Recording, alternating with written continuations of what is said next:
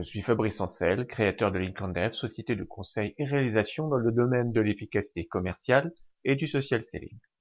Vous souhaitez bâtir des plans pour vos comptes clés, mais vous ne savez pas par où commencer, le temps presse car vous recherchez une meilleure efficacité commerciale pour faire votre objectif. Dans cette vidéo, nous allons voir les 7 étapes de la méthode du plan de compte. Tout d'abord, un petit rappel.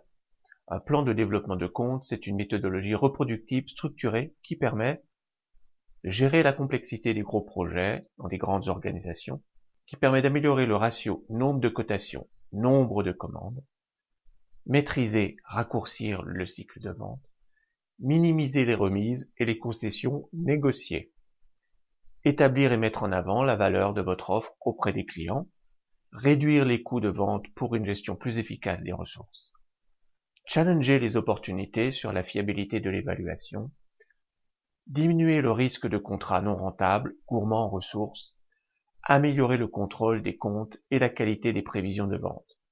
Enfin, cela permet d'éliminer les problèmes de communication entre les personnes avec un langage commun et une mise à jour facile du plan. Le plus souvent, on fait un plan de développement quand une opportunité commerciale a été identifiée dans un compte clé. Voici les 7 étapes de la méthode du plan de compte que je présente lors de la formation pour les commerciaux. Lors de cette formation, je propose une méthode pour établir un plan de compte. Les participants, des commerciaux grands comptes, s'approprient cette méthode pour faire un plan de développement sur un de leurs comptes cibles.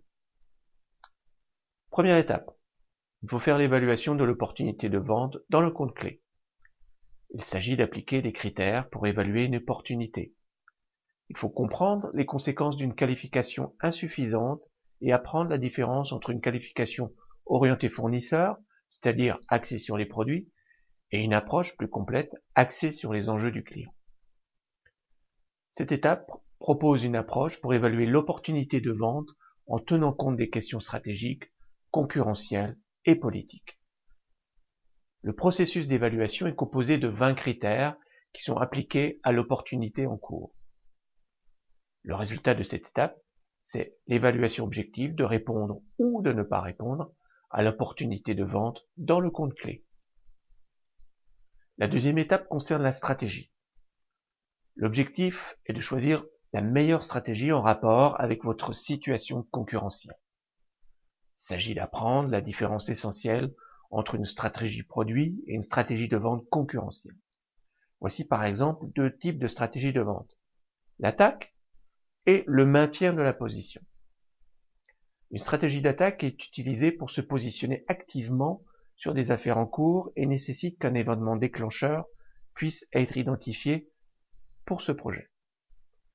La stratégie de position est utilisée pour établir un relationnel pour des projets futurs ou des projets en cours pour lesquels les conditions de réalisation n'ont pas été identifiées. Cette deuxième étape permet de choisir une stratégie de vente pertinente compte tenu de la position des acteurs du projet. Troisième étape, il s'agit de prendre en compte les enjeux politiques.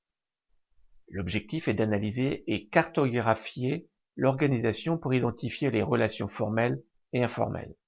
Pour cela, il faut apprendre à identifier les acteurs clés dans l'organisation du client qui affectent ou sont affectés par la décision d'achat. Apprendre à différencier la structure politique informelle de la structure organisationnelle formelle en utilisant un système de cartographie. Il s'agit d'examiner un certain nombre de facteurs importants, y compris l'influence, le statut, la couverture de la relation, la capacité d'adaptation au changement et les rôles dans le processus d'achat. À la fin de cette étape, vous disposez d'une carte de l'organisation formelle et informelle du client. La quatrième étape, c'est l'alignement de votre stratégie relationnelle. Il s'agit d'analyser le niveau d'influence interne et développer un relationnel pertinent. Cette étape vous permet d'apprendre à développer des stratégies relationnelles avec les principaux acteurs en analysant comment l'influence fonctionne dans l'organisation. Apprendre à identifier les acteurs influents au moyen de 4 indicateurs, leur rôle dans l'entreprise, leur parcours, les sponsors et alliés et le type d'organisation. Enfin, apprendre à appliquer des stratégies de relation pour, par exemple, influencer, motiver et neutraliser certains acteurs. Lors de cette étape, vous aurez mis au point des stratégies relationnelles pour les personnes qui peuvent influencer la décision d'achat. La cinquième étape consiste à planifier. Je veux dire par là, aligner la stratégie et la tactique et passer des idées à l'action. Cette étape permet d'apprendre à créer des tactiques spécifiques pour gagner les affaires. Apprendre à développer des tactiques globales qui font avancer le processus et qui aident les commerciaux à comprendre exactement ce qu'ils doivent faire pour gagner. Et dans cette étape, je fournis un modèle pour la planification tactique et passer des idées à l'action. Vous disposerez d'un ensemble de tactiques pour gagner l'opportunité avec un compte clé. L'avant-dernière étape consiste à tester votre plan auprès de vos collègues. Et je fournis une méthode pour tester et améliorer un plan de compte. La méthode permet d'examiner, tester, d'améliorer le plan développé au cours des étapes précédentes. Il s'agit d'utiliser les nombreux concepts enseignés et développés au cours de la formation que je propose, ainsi que sa propre expérience pour tester et améliorer votre plan de compte. Vous allez disposer d'un plan complet et amélioré, discuté avec les autres participants à la formation.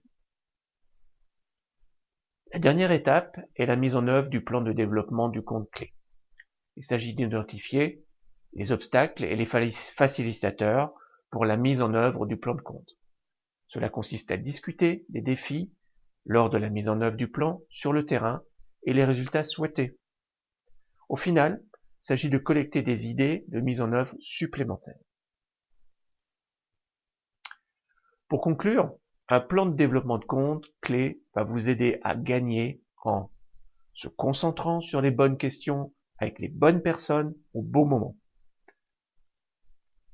en développant et testant avec vos pairs un plan complet pour votre opportunité de vente dans un compte clé.